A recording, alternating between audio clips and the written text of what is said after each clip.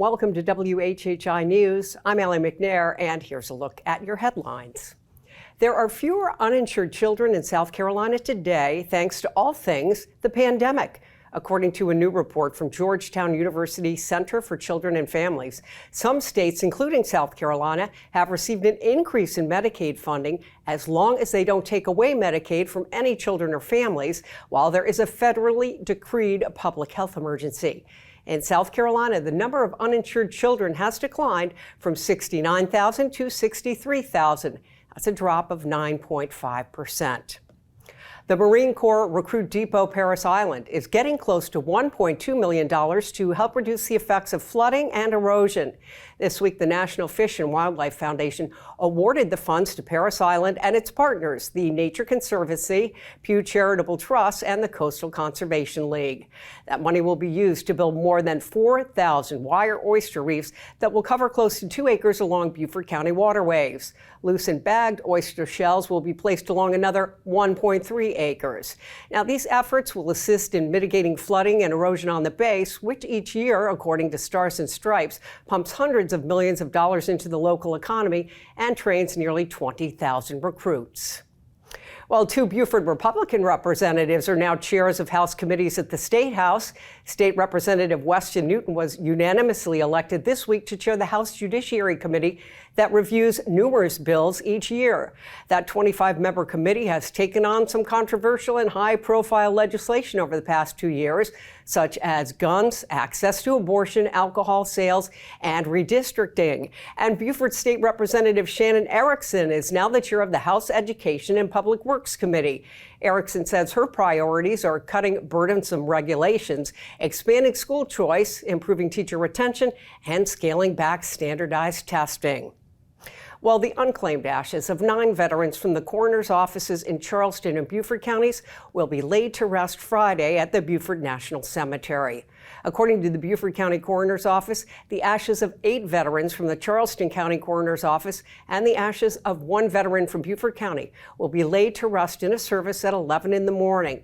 The service will have full military honors for those veterans and is open to the public. Again, that's this Friday at the Beaufort National Cemetery, 11 a.m.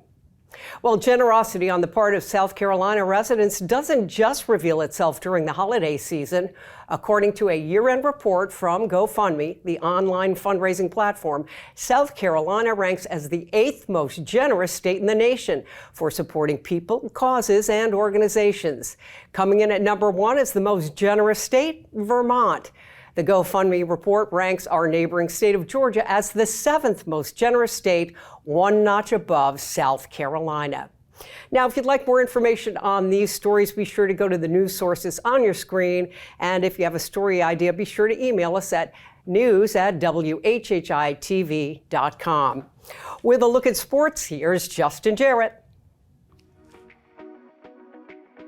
Hey there, it's time for Last Night in the Loco on WHHI, powered by LocoSports.com. And Wednesday nights in the winter are for wrestling. We had 2 Loco on Loco Battles Royale on tap last night, one at Colleton County High School and another at Battery Creek, and the cream started to separate itself from the rest of the crop. May River and Hilton Head High showed they are likely on course for another region title showdown and perhaps one more postseason rematch, as both flexed their muscle by sweeping their competition from Northern Beaufort County, even with both keeping their hands close to the singlet as the chess match begins anew.